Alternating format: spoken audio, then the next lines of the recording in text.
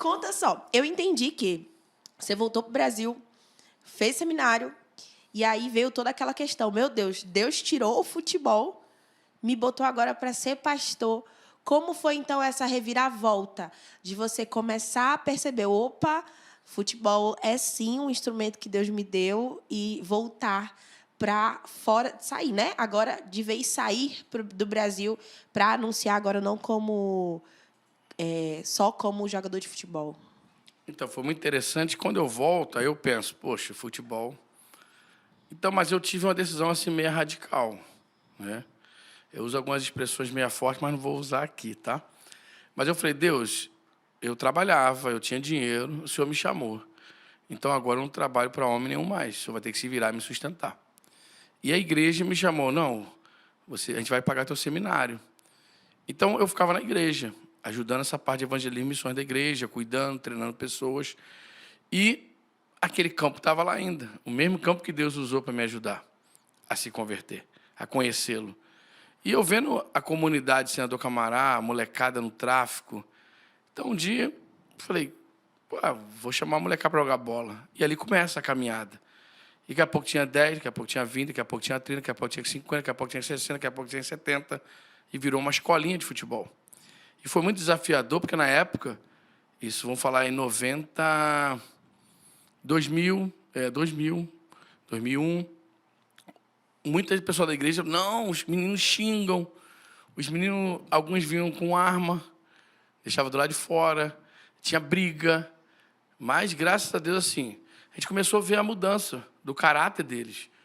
E eu comecei a ver que a palavra de Deus ela era poderosa. Porque o que é interessante a gente conversar e deixar bem claro aqui nesse podcast, para ninguém confundir, a gente não está falando que o esporte que transforma e que liberta as pessoas.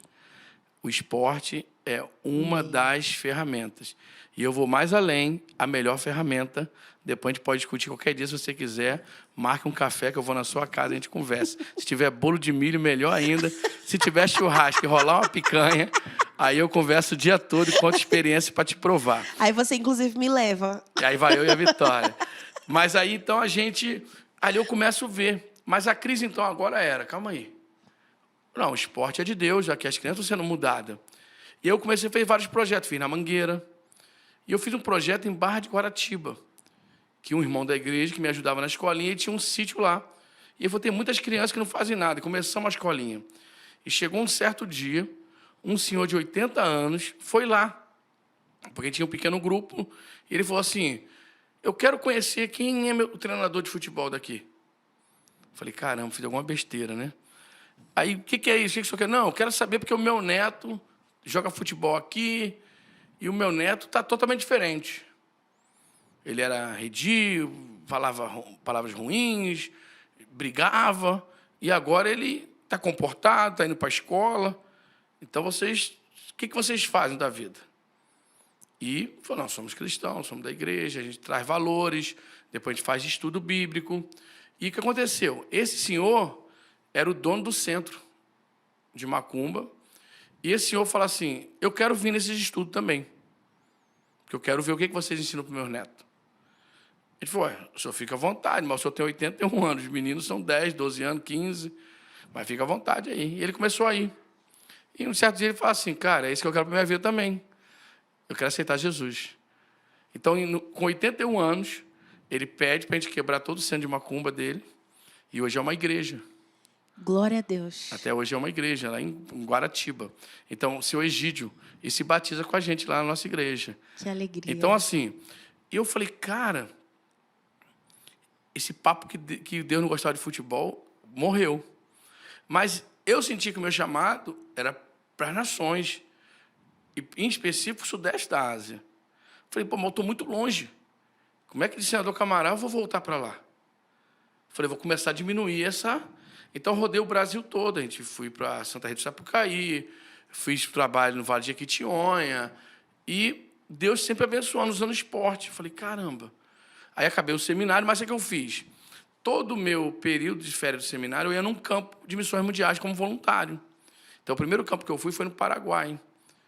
A igreja tinha uma igreja muito pequena, não tinha nenhum jovem, e a missionária pediu algum projeto de esporte temporário. Passei um mês lá das minhas férias do seminário, e Deus abençoou, assim, de ex-traficantes se converter. Glória A gente a Deus. acabou o último dia no campo com 250 pessoas.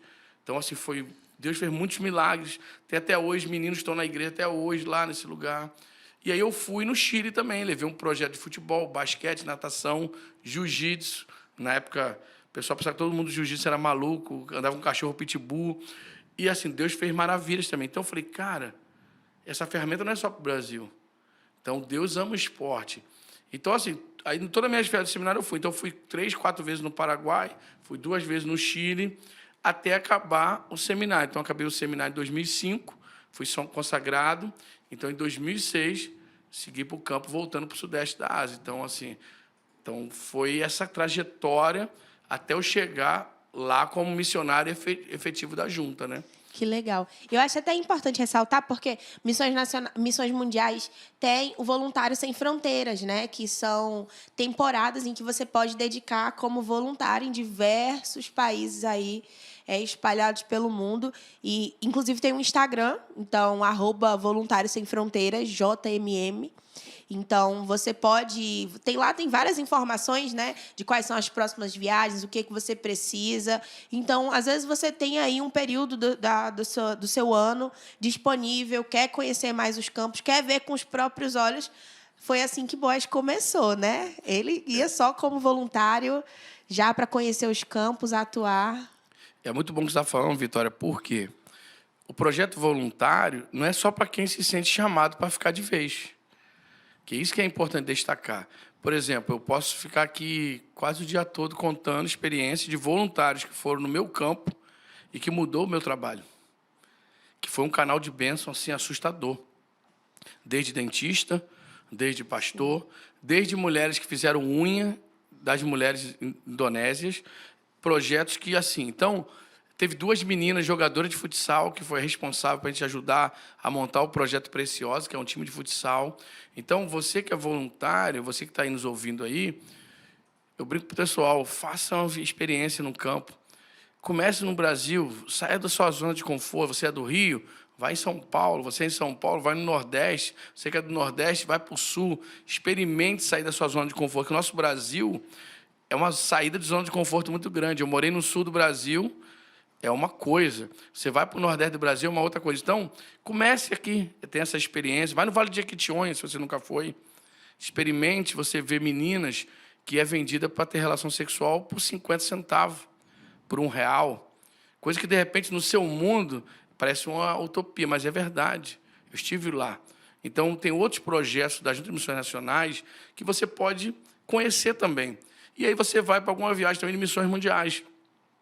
Não é que você tem que ir só lá, mas você começar a sair do seu lugar, se movimentar temporariamente, e aí você, de repente, é o que Deus quer para a sua vida, usar a sua profissão. Por exemplo, hoje tem muitos psicólogos que estão dando a sua vida aqui no Brasil. Ele cuida de missionários no campo. A gente mesmo, eu tinha amigos psicólogos que a gente podia bater papo. Então, olha só, você pode ser um médico que você vai dar a sua profissão para orientar um missionário no campo. Ó, aqui nesse campo aqui, o cara passou esse remédio aqui, tu conhece?